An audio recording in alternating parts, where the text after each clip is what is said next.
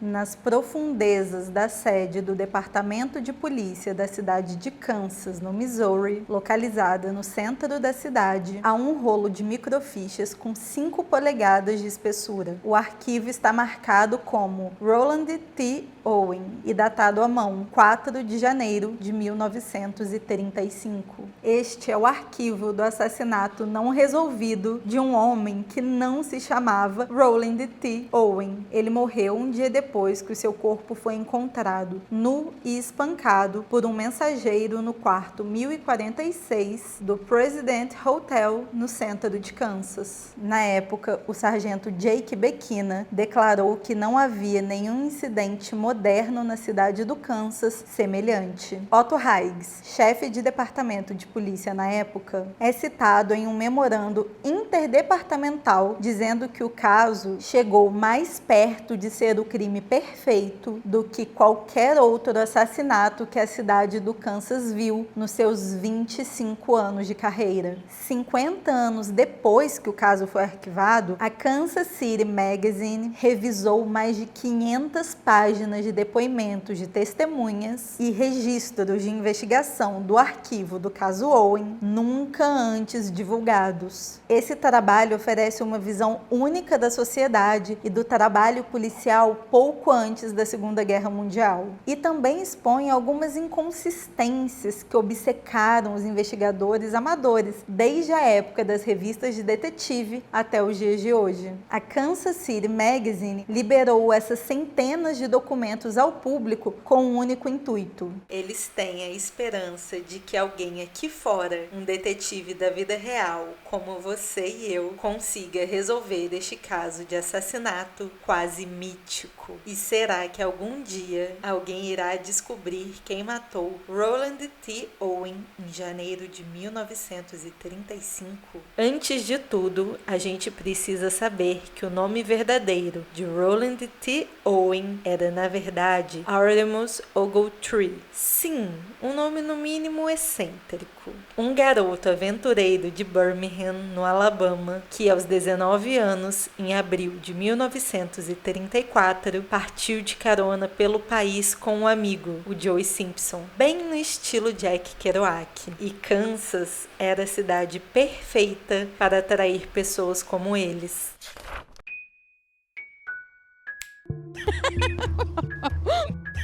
Naquela época, Kansas era conhecida como uma cidade aberta. Para os aventureiros e os espíritos livres, ir para uma cidade que não dormia, onde os clubes de jazz ficavam abertos até o amanhecer, parecia um sonho de liberdade. Mas ao mesmo tempo que Kansas era o paraíso perfeito para as libertinagens, era também um paraíso para corrupção, milícias e crime organizado. Mas segundo Joey, ele nunca chegou a ir para Kansas com um amigo. Eles teriam se separado em Los Angeles. De acordo com a mãe do Artemus, ou o Roland, que eu vou acabar chamando só de Roland, tá, gente? Porque, além de ser mais fácil, eu evito aqui, a gente ficar se confundindo. Enfim, de acordo com a mãe do Roland, ele teria chegado no Kansas em meados de agosto de 34, e ele teria se hospedado a princípio no St. Regis Hotel. Mas, ao que tudo indica, ele entrava e saía de hotéis com uma frequência bastante alta. A polícia descobriu mais tarde que inicialmente o Roland estava na companhia de um amigo, um tal de Don Kelso ou Donald Kelso. Ele assinava assim nos hotéis que eles iam ficando. Mas ali, bem no iniciozinho de 1935, na virada do ano, as circunstâncias parecem ter mudado um pouco. Foi nessa época que ele parou de usar o seu nome verdadeiro, Artemus, e passou a assinar como Roland T. Owen, de Los Angeles. E o Don também já não estava mais hospedado com ele. Um mensageiro do Hilton President Hotel, onde o Roland estava hospedado no dia 2 de janeiro de 1935, disse que suas roupas eram limpas e bonitas, mas que a sua única bagagem era um pente preto, escovas de dente e a sua pasta de dente. Lá, o Roland pediu um quarto de fundos, sem janelas que desse para a rua, e no andar alto.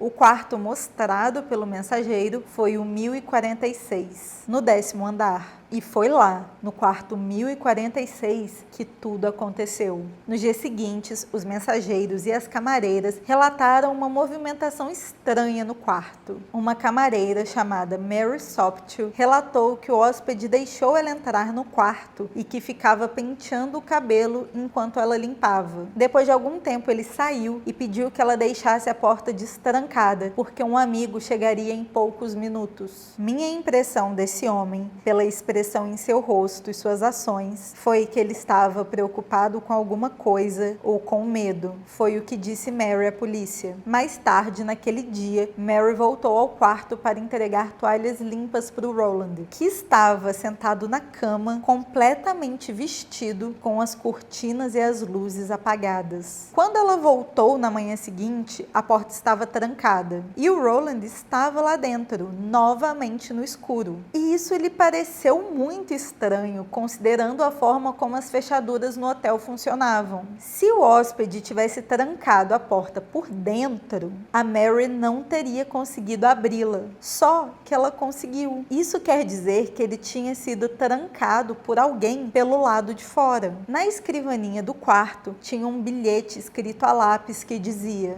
Dom, estarei de volta em 15 minutos. Espere. Enquanto Mary estava limpando o quarto, o Roland recebeu uma ligação. Segundo ela, ele chamava a pessoa que estava do outro lado da linha de Dom e dizia coisas do tipo: não estou com vontade de comer, não estou com fome, acabei de tomar o café da manhã. Ao que tudo indica, parecia ser o mesmo Dom Kelso que estava se hospedando anteriormente nos outros hotéis com o Roland. Quando a Mary voltou novamente no quarto no segundo dia para levar mais toalhas, e aí fica a minha primeira observação. Ela entrava muito no quarto, né? Várias vezes ao dia. Era um costume da época de antigamente. Se alguém souber aí, me avisa, porque hoje em dia, se a gente está no hotel, numa pousada, você tem que ir lá pedir mesmo para a pessoa ir lá no seu quarto, fazer a revisão, porque se você não pedir, ninguém vai não. Antigamente devia ser diferente. Mas voltando, dessa vez, quando a Mary chegou, ela ouviu dois homens discutindo no quarto. Um homem que ela descreveu como tendo uma voz áspera, que disse que eles não precisavam de toalha e a mandou ir embora. Segundo testemunhas, funcionários e hóspedes do hotel, a discussão seguiu noite adentro. Mais tarde, uma hóspede relatou à polícia que ouviu muito barulho naquela noite. Ela disse que tinha ouvido vozes masculinas e femininas falando alto e xingando. Ainda nessa noite, a telefonista do hotel descobriu que o telefone do quarto 1046 estava fora do gancho. Então, enviaram um mensageiro até o quarto para alertar o Roland. A porta estava trancada e o homem que estava lá dentro não deixava o mensageiro entrar. E não parecia ser o Roland que estava respondendo o mensageiro atrás da porta. Depois de um tempo, o mensageiro se irrita e conclui que eles estão apenas bêbados demais no quarto. E ele grita para eles: coloque o telefone de volta no gancho e vai embora. Só que o telefone permaneceu fora do gancho até a manhã seguinte. Por volta das 7h10 da manhã, um outro mensageiro foi enviado. Ele gritou pela porta pedindo que novamente o telefone fosse colocado no gancho, mas nada foi feito. E, gente, eu não sei se tem muitos jovens aí que nos assistem, não sei se vocês lembram da época, né, como que era sério isso do telefone ficar fora do gancho. E se na minha infância isso já era um problema, eu nem imagino como era em 1935. Ele devia estar causando um belo de um transtorno e uma bela despesa para o hotel. Por volta de 8h30 da manhã, o telefone ainda estava fora do gancho. E um outro mensageiro, o Harold Pike, foi enviado. Só que dessa vez não houve sequer nenhuma resposta quando ele bateu. Então,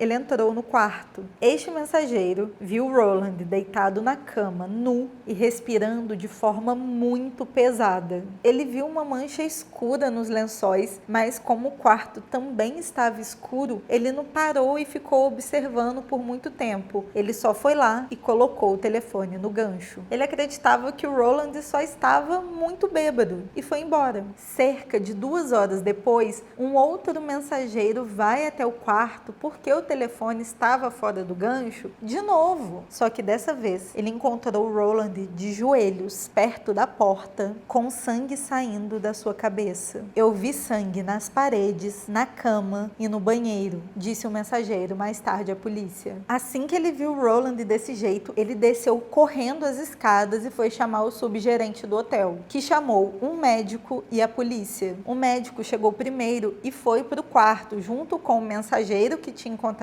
o Roland e o subgerente. Só que quando eles entraram no quarto, o Roland estava na banheira, com as pernas para fora. Uma corda de varal tinha sido amarrada no seu pescoço, nos seus tornozelos e nos seus pulsos. E ele tinha sido esfaqueado no peito várias vezes. O seu pulmão foi perfurado e o seu crânio foi fraturado com pelo menos 3 golpes na cabeça. Havia sangue no corpo do Roland que já estava seco, e o médico estimulou que os primeiros ferimentos já tinham acontecido há 7 ou 8 horas, quer dizer, na madrugada que estava rolando aquela briga que todos ouviram. De acordo com esse memorando interdepartamental da polícia, todas as roupas e os pertences do Roland já não estavam no quarto. As únicas coisas encontradas no quarto foram uma etiqueta rasgada de uma gravata de marca barata, um grampo de cabelo, um cigarro não fumado e um copo que continha impressões digitais que a polícia acreditava ser de uma mulher. As últimas palavras do Roland, que algumas testemunhas dizem ter sido murmúrios ininteligíveis, foram que ninguém o havia machucado e que ele havia caído na banheira sozinho.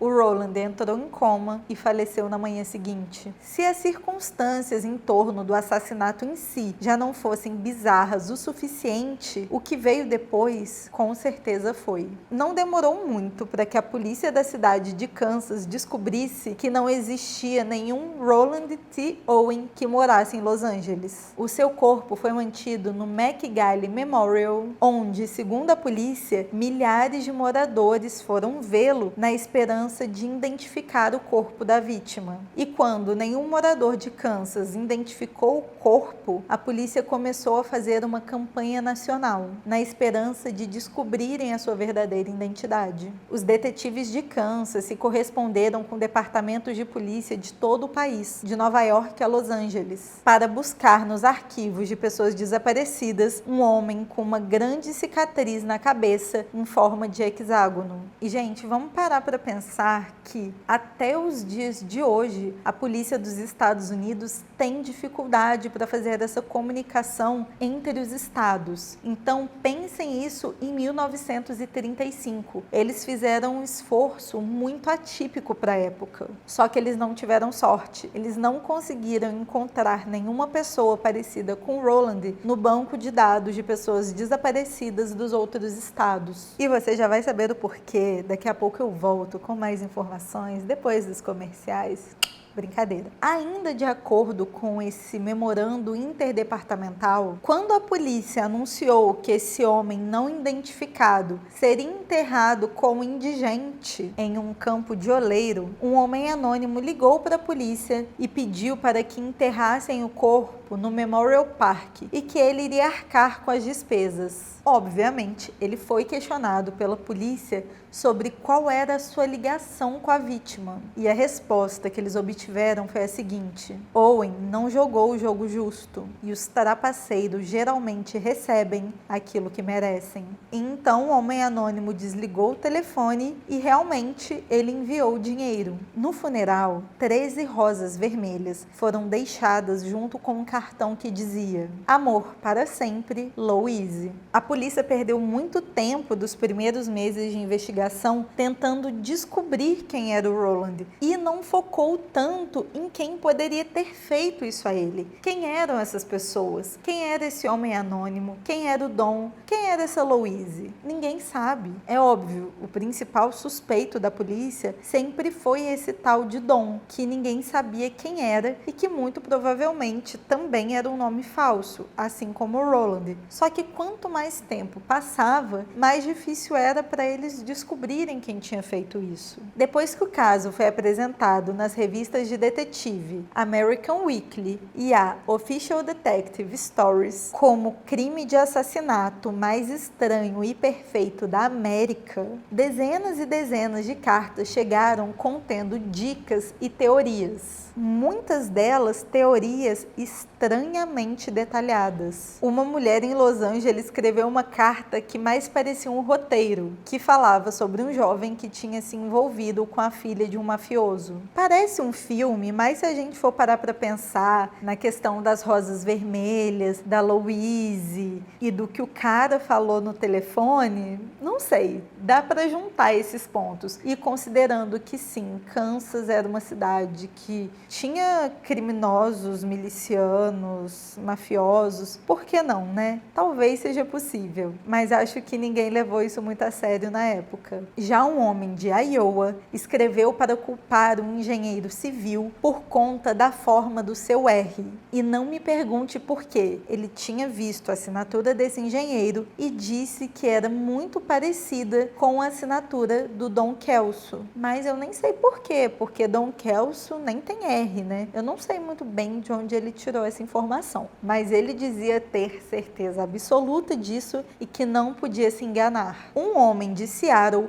escreveu dizendo que tinha certeza que o assassino era um amigo seu de infância e que o seu pai tinha sido um alto oficial do exército alemão, sugerindo que o assassinato poderia estar relacionado com algum trabalho de espionagem. Mas apesar de tantas teorias, um tanto estranhas, porque a gente pode reparar que em 1935 o estadunidense já amava uma teoria da conspiração, ninguém que escreveu para as revistas podia imaginar que o que realmente estava acontecendo era ainda mais estranho, pelo menos para a época. Alguém, e aqui nós vamos presumir que esse alguém seja o assassino do Roland, começou a se corresponder por cartas com a família do Roland, principalmente com a mãe dele. Nos quase 2 anos entre a morte do Roland e o momento em que ele foi finalmente identificado, cartas foram enviadas como se ele estivesse vivo o tempo todo. Então é óbvio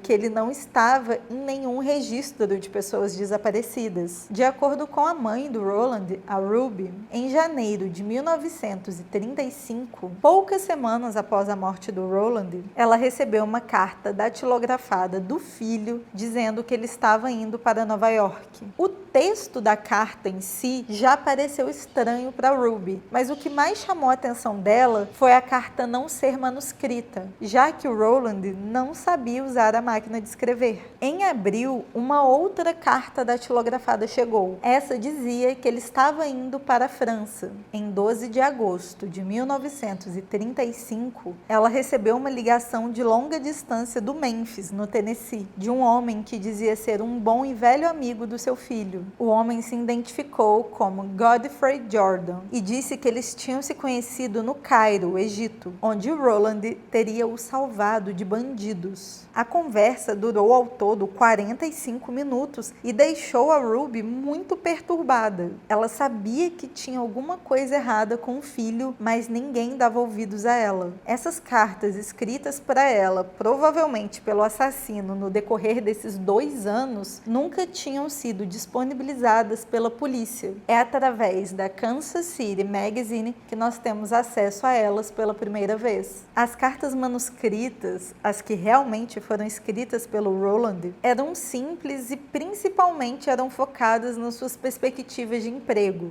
Os floreios nas suas histórias eram mínimos e o tipo de escrita indicava uma pessoa que tinha abandonado os estudos ainda cedo. Em uma dessas cartas, o Roland disse à mãe que iria viajar com seu novo melhor amigo, que tinha um grande Cadillac. Só que ele nem chega a citar o nome desse amigo, de tão simples mesmo que eram essas cartas. Já as cartas datilografadas e enviadas após a morte são bastante ricas em detalhes e em gírias da época, como uma que dizia que ele tinha sido envenenado, sofrido uma espécie de intoxicação alimentar depois de comer alguma coisa em um lixão e que ele teria ficado de cama por alguns dias com o estômago estômago doendo muito e que depois teria pegado uma gripe que tinha deixado ele de cama de novo por mais 9 semanas. Basicamente era uma carta dizendo que ele estava muito doente e vivendo em condições péssimas, comendo comida de lixão. As cartas manuscritas falavam sobre emprego, eram sempre enviadas com um papelzinho do hotel.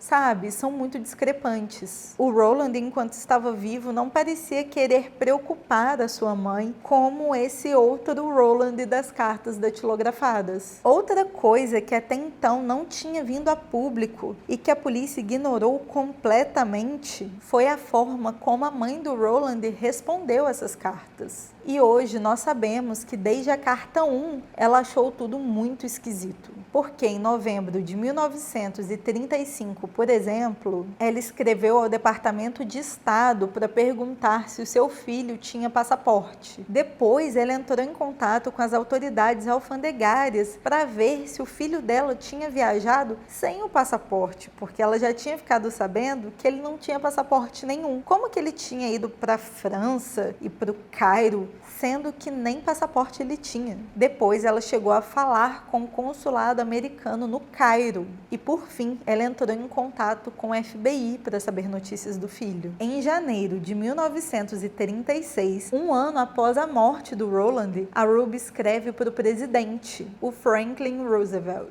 Na carta, ela dizia que temia que o seu filho tivesse caído em alguma gangue ou que outra coisa terrível tivesse acontecido a ele. Ela ainda dizia na carta que ele era um bom menino, lotado de grandes ideias, e ela pedia por ajuda, dizendo que precisava encontrar algum rastro dele, porque se o seu filho estivesse com problemas, ela queria saber. Demorou até novembro de 1936, quase 2 anos após o assassinato, para o Roland T. Owen ser confirmado como Artemus Ogletree. Nessa época, sua foto já estava em diversas publicações nacionais, e ele foi identificado por conta da sua enorme, distinta cicatriz na cabeça, que era resultado de uma queimadura que ele teve ainda com 11 meses de vida. Apesar de muitas pessoas dizerem que nunca houve um suspeito no caso, isso não é verdade. Em 1940, um homem chamado Thomas Wilbur, condenado por crimes contra a natureza em Little Blue, no Missouri, foi investigado pelos detetives que acreditavam que o Roland tinha sido vítima de um maníaco sexual. Os policiais que o prenderam acreditavam que ele tinha uma assinatura muito semelhante com a do Donald Kelso, aquelas assinaturas nos hotéis. Ele chegou a ser interrogado por 10 horas e deu vários relatos que a polícia achou na época, no mínimo, conflitantes. Depois de todo esse tempo de interrogatório, a polícia acabou atribuindo a sua confusão mental à sífilis. Depois, o chefe dos detetives focou em uma pista em Nova York, um assassino condenado chamado Joseph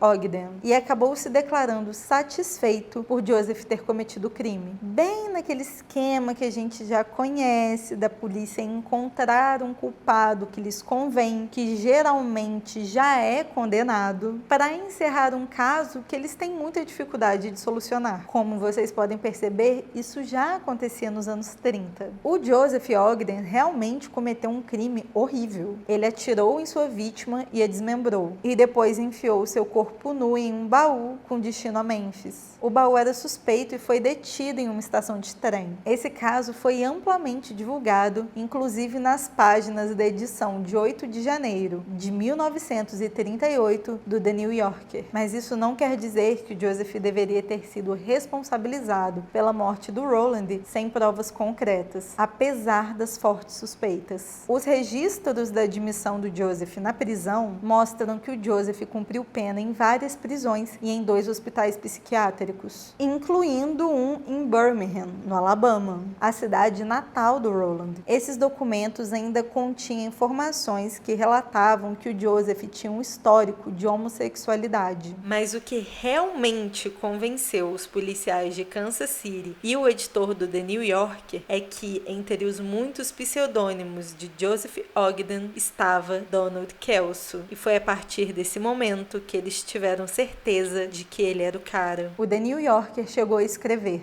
A partir de amostras de caligrafia, a polícia da cidade de Kansas identificou como sendo Donald Kelso, que estrangulou um garçom chamado Artemus Ogletree em 1935, deixando o corpo nu em um quarto de hotel. Durante 2 anos após o assassinato, Kelso escreveu periodicamente para a mãe da vítima, assegurando-lhe que o seu filho estava bem e viajando pela Europa. Porém, entretanto, todavia, a caligrafia do Joseph e a do tal do Don Kelso não correspondiam porcaria nenhuma, pelo menos não para o FBI, que revisou o caso em 1950 e concluiu que a assinatura de Donald Kelso no cartão de registro do hotel não foi escrita por Joseph Ogden. 15 anos após o crime, que foi quando o FBI trouxe essas novas informações, a polícia já tinha parado de trabalhar no caso há muito tempo. O Joseph era o culpado, ponto final. O que só dificultava tudo, porque 15 anos depois já era praticamente impossível seguir algum rastro do verdadeiro assassino. Ao revisar os documentos, fica nítido como que a polícia não levou nenhuma fé na intuição da mãe do Roland. Eles ignoraram todas as suspeitas dela. E a gente sabe muito bem qual é o nome disso, né? Eles sequer analisaram as cartas datilografadas que foram enviadas após a morte do Roland para a família. Cartas de Ruby para o departamento de polícia da cidade de Kansas mostram que ela suspeitava muito do amigo, o Joe Simpson, aquele garoto que tinha começado a viagem aventureira com ele. Ela foi tão longe na sua investigação paralela que chegou até obter registros escolares do Joey para poder comparar as caligrafias. Ela passou anos tentando encontrá-lo, mas os policiais garantiram que o Joey tinha sido devidamente entrevistado. Eles realmente acreditavam que os amigos tinham se despedido em Los Angeles. Só que a Ruby não estava convencida. Ela finalmente conseguiu confrontar o Joey em 1939 e ela ficou ainda mais certa das suas suspeitas depois de conversar com ele. Ela ficou convencida que ele era a pessoa que tinha conversado com ela no telefone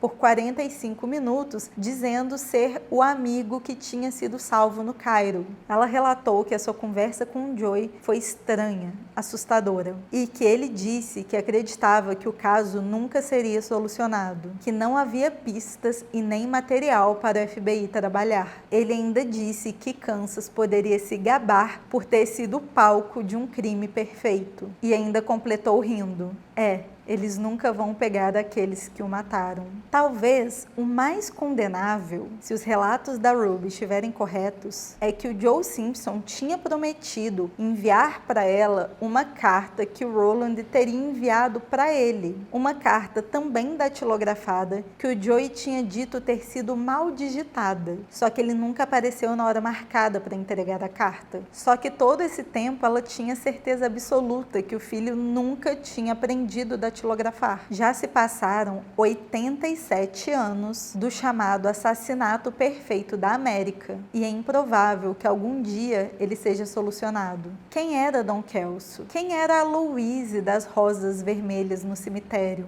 Porque o Roland nunca chegou a contar para a mãe que tinha se separado do amigo ainda em Los Angeles. E é no mínimo curioso o Joey ter dito que tinha visto o amigo pela última vez em Los Angeles e o Roland ter começado a usar esse nome falso dizendo ser de Los Angeles. Será que aconteceu alguma coisa lá, afinal? E os funcionários do hotel? Porque a polícia se baseou muito nos depoimentos deles. Inclusive, tem depoimentos dizendo que tinha mais de 2 pessoas no quarto, inclusive uma mulher. Seria a tal Louise? E como que o hotel percebeu que o telefone estava fora do gancho, mas não percebeu quem estava entrando e saindo do quarto? Lembrando que era o 10º andar, não tinham como simplesmente escalarem. Nitidamente ele estava com medo e pediu esse quarto para que ninguém pudesse entrar ou sair pela janela sem ser visto. E mesmo assim o hotel não viu nada. Ao meu ver, mas aí é a minha opinião, a sua morte tem mais a ver com uma queima de arquivo do que um crime de origem sexual. Kansas era uma cidade dominada pelo crime organizado e pelas milícias. E é provável que o aventureiro Artemus Ogletree, em seu sonho de liberdade,